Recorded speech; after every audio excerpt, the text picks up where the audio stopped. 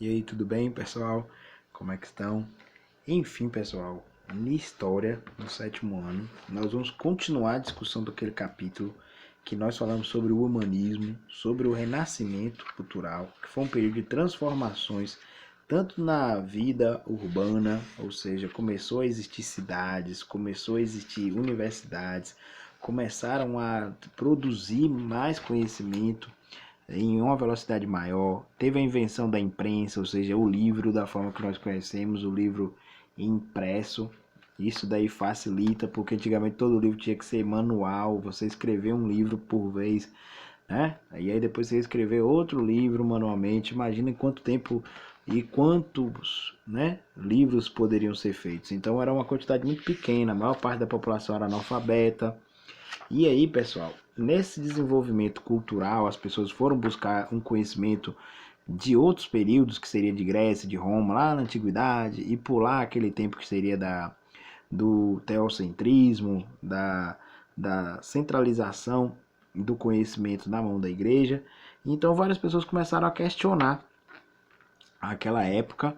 E aí nós vamos ter o renascentismo como uma tentativa de colocar o homem no centro das coisas, ou seja, o antropocentrismo, o humanismo, ele vai fazer parte agora do pensamento do homem da Europa naquela época e vai valorizar muitas coisas, do conhecimento até a arte. E nessa arte vai ser utilizado também muito conhecimento geométrico, de matemática, de técnicas bem avançadas para transformar tudo o mais próximo possível da realidade. O ser humano deveria ser retratado agora de forma muito mais valorizada. E para isso aí os artistas do Renascimento, Leonardo, Da Vinci, Michelangelo, Donatello, Rafael, são pessoas que fazem parte desse histórico aí, dessas pinturas, dessas obras, dessas estátuas, tudo feito com realismo muito grande. Então isso aí foi o início do capítulo, só que aí nós vamos falar de uma outra parte. Se a produção de livros, as universidades faziam as pessoas a produzirem mais conhecimento e a questionar aqueles valores antigos, não vai ser à toa na religião. A religião também vai passar a sofrer questionamentos, porque desde o início da Idade Média até então, só existia uma igreja cristã. Então era uma igreja de todos. Essa igreja era uma só. Todo mundo que seguisse o cristianismo tinha uma igreja. Só que aí as pessoas começaram a questionar muitas coisas. E isso daí também se deu por conta do crescimento das cidades, das universidades, das pessoas terem acesso agora à leitura da Bíblia e ler muita coisa que estava na Bíblia. E aí, como a maioria das pessoas não tinham conhecimento na época, elas não tinham noção do que estava lá. Elas só poderiam acreditar no que estava sendo dito para elas. Só que aí as pessoas passaram a ter umas atitudes bem estranhas se a gente parar para pensar. Primeiro, olha só o que é que fizeram. A igreja da época, lá na Idade Medieval, começou a cobrar muito, né, das pessoas, a cobrar impostos. Então esses impostos eles eram muito altos e nem todos conseguiam pagar. E a igreja estava precisando de mais, porque ela estava construindo uma basílica, que é a Basílica de São Pedro. Até hoje existe isso, fica lá no Vaticano, em Roma. E aí ela começou a gastar tanto dinheiro que ela precisava arrecadar mais. E para arrecadar mais, ela começou a vender papéis que serviam para tirar as pessoas do purgatório. Então, essas atitudes de tirar as pessoas de lá do purgatório eram cobradas, e aí muita gente tinha medo de ter parente, de ter mãe, pai, filho, irmão, passarinho, papagaio, que estava lá no purgatório, ou seja, num lugar que era como se fosse um estágio, um período onde a pessoa iria passar um tempo e depois poderia ir para o inferno. Mas se fosse pago um valor específico, a pessoa poderia sair de lá. Olha que isso era o pensamento daquela época que existia e muitas pessoas estavam com medo e pagavam esses valores. Só que aí houve aqueles que reclamavam e que começaram a questionar. Muitas pessoas tinham medo de ser excomungado, de ser condenado aí para o inferno. Outras pessoas começaram a dizer que aquilo que estava sendo feito eram de pessoas com má intenção e que a Bíblia de verdade ela não falava daquilo, não tinha nada referente àquelas coisas. Então começou a ter uma crítica muito grande com relação à igreja na época. E aí as pessoas elas foram pioneiras de um movimento que foi conhecido como protestantismo, ou seja, é o movimento protestante. Quem vai ver no livro aí logo no início, vai ver aqui um pedacinho da igreja da Basílica de São Pedro. E aí, isso daí é o início de uma grande batalha, né? Porque é a batalha de quem é que vai ter razão ou não.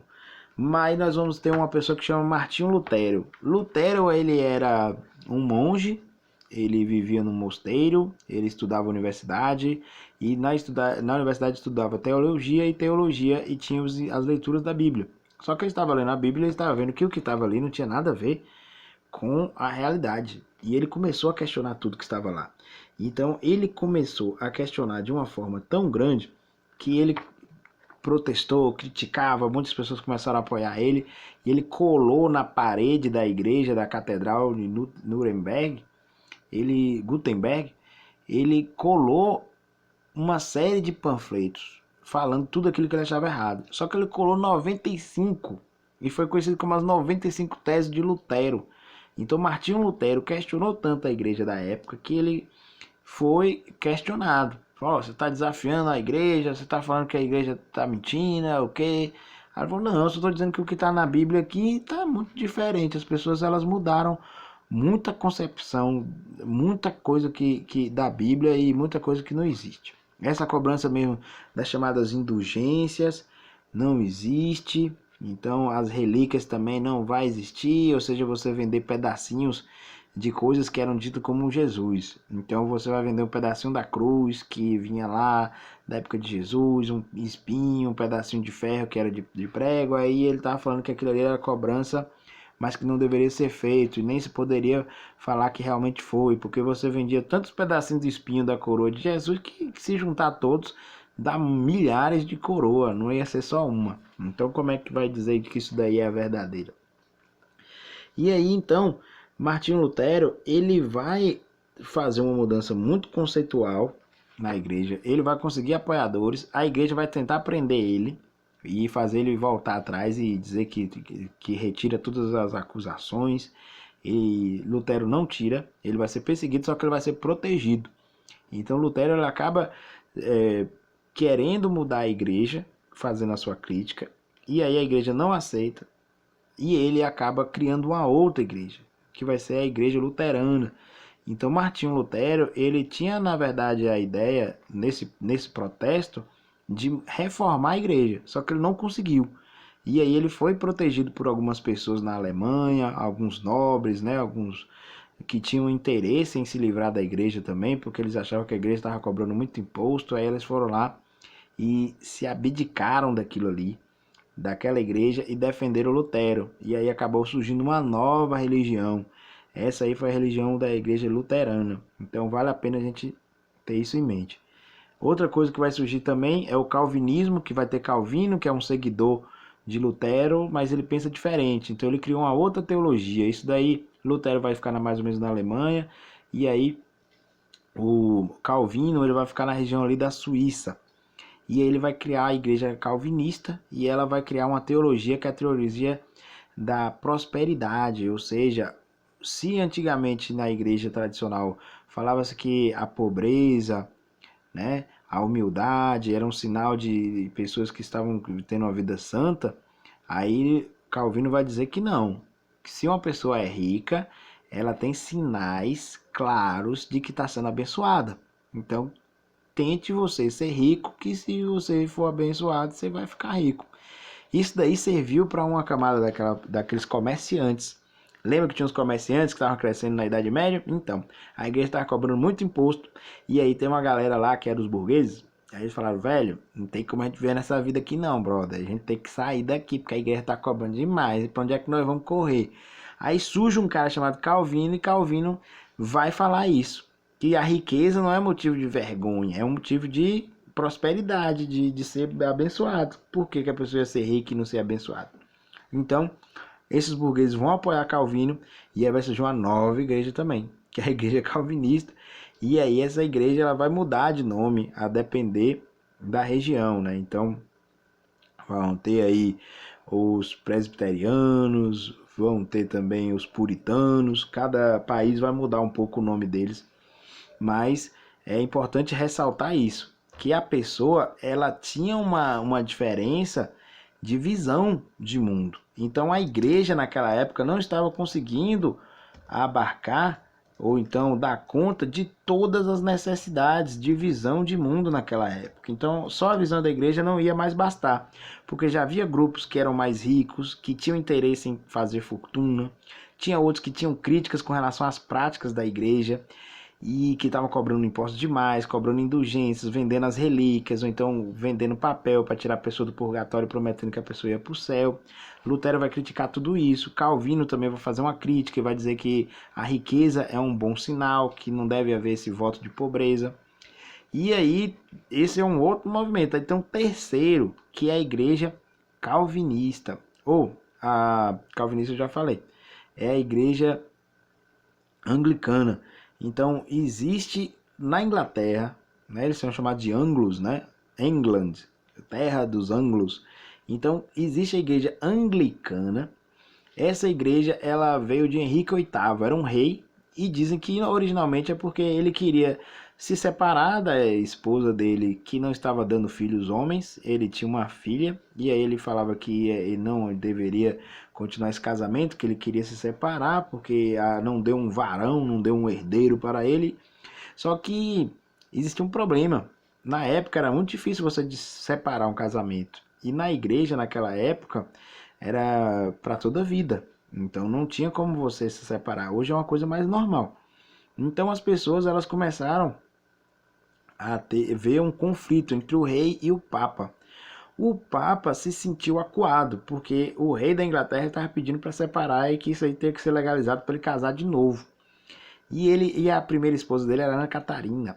Para ele separar, ele teria que ter o aval do papa. E o papa é o seguinte, ele era da Espanha. Ele estava sofrendo uma pressão muito grande nos outros países, porque os outros países estavam protestando, estavam querendo sair da religião e estava tendo uma briga, era terrível a situação. E aí ele precisava de apoio dos reinos que eram cristãos ainda, da igreja, que agora nós vamos chamar de igreja católica. Então a igreja católica, ela precisava de apoio. Então tinha o rei da Espanha e o rei de Portugal que eram muito católicos. O rei da Espanha apoiava totalmente a igreja. Só que o rei da Inglaterra casou com uma princesa espanhola e ele estava pedindo para separar, e o rei da Espanha simplesmente não iria gostar disso. Então o Papa vai falar: rapaz, não vou criar essa briga não. Não vou separar você com essa rainha, Ana Catarina, ela é espanhola, o pai dela é meu amigo, estamos lá apoiando lá na região lá da Espanha. Conte comigo não. Sai de perto de mim, vai separar não. Aí o problema vem, porque ele quer agora conseguir a separação. E ele, como ele não consegue, ele cria uma nova igreja. Então ele vai criar a igreja anglicana, que dizem que veio por conta que ele queria separar e não conseguiu. Então ele cria uma igreja para ele. Ele é como se fosse o soberano dessa igreja. Ele que escolhe quem vai ser esse papa dessa igreja. E ele consegue se separar, casa novamente, mas ele não conseguiu um filho homem. Ele vai conseguir outra filha, que vai deixar esses descendentes. Essas duas vão se tornar rainhas depois, uma e logo em seguida vai vir a outra, vai ser duas dinastias aí. Mas o que acontece é que ele consegue criar essa nova igreja, mas na verdade também há um motivo financeiro. Os outros também tinham um motivo financeiro. Lutero queria fazer uma reforma, foi apoiado por gente que tinha interesse, e por conta disso que ele conseguiu sobreviver, e aí criou uma nova religião. Calvino também vai ser protegido pela burguesia, pelos comerciantes que têm esse interesse em se separar. E também vai ter na Inglaterra. O confisco de terras vai ser feito na Inglaterra. As pessoas vão confiscar as terras e vai dar para os nobres. Aquelas terras que era da igreja agora vai para os nobres. As pessoas elas vão agora arrecadar o dinheiro dos fiéis, e em vez de ir lá para o centro, lá para onde é Roma, o centro da igreja, vai ficar tudo na Inglaterra. E acaba ficando com o rei também. Ou seja, o rei acaba ficando com o dinheiro dos impostos e com o dinheiro dos fiéis também. Então isso vai ser um motivo duplo para ele vencer. E isso daí vai demorar muito tempo. Só que essas batalhas na Inglaterra elas vão durar muito. Porque vai ter 3 igrejas na Inglaterra. Vai ter a igreja de calvinista, que é o dos puritanos. Vai ter a igreja anglicana, que foi a igreja que o rei criou. E vai ter a igreja católica. E cada rei vai assumir com uma religião diferente, depois as rainhas e os reis, e vai ter uma guerra civil sem precedentes. Então, o cenário na Inglaterra ele é muito grave e vai ficar assim durante muito tempo. Mas o que quero dizer é que essas três religiões elas fazem parte da reforma protestante. Vai existir também a atitude da igreja. A igreja não vai simplesmente aceitar isso e falar, nossa, que pena, o pessoal está indo embora. Não. A igreja ela não reconhece as críticas feitas por Lutero, ela e nem dos outros reis, as vontades dos outros reis. A igreja ela vai reafirmar tudo aquilo que ela disse, vai falar que tudo que ela faz é certo e está representando a vontade de Deus, e que quem reclamar que ia agora sofrer as consequências. Então elas vão contra-atacar, elas vão perseguir pessoas que estão acusadas de ir para outra religião, vão prender, vão torturar, vão matar. Esse período é conhecido como Inquisição, é a investigação das pessoas, é a volta da Inquisição, né? É a investigação das pessoas que estavam protestando contra a religião e que vão sofrer sérias consequências. Aí os países que mais vão ficar do lado da Igreja Católica vão ser Espanha, Portugal e Itália. E os países que vão estar mais contra e que vai ter grandes movimentos de rebelião é Suíça, Alemanha e Inglaterra. A França fica dividida. Uma parte fica católica, outra parte fica protestante, mas isso daí é uma confusão muito grande que aconteceu e que marcou uma diferença grande de transição também da sociedade e da economia da Europa, né? A burguesia, os comerciantes tinham muito interesse em se livrar da igreja porque achavam que estavam sendo presos ali, porque eles não podiam acumular grandes de fortunas, grandes quantias, né? Grandes valores e ficarem ricos, porque a igreja ficava condenando aquilo ali, principalmente a cobrança dos juros, que era conhecido como usura. Então a usura é a prática de cobrar, emprestar dinheiro e cobrar juros em cima disso. A igreja condenava, assim como várias outras práticas que a burguesia, que esses comerciantes que viviam do comércio queriam ter para se tornarem pessoas mais ricas. Então foi até nesse lado, se eles não, a burguesia não existisse naquela época, talvez não iriam existir também esses movimentos de protesto, né, os protestantes na Europa, e queriam conseguir criar novas religiões cristãs. Então é o início da divisão dos cristãos, aí a partir do ano de 1500. Tudo bem? É isso, galerinha. Um grande abraço. Vou pedir para vocês então fazer as atividades seguintes do capítulo, né? Então aqui se eu coloquei para vocês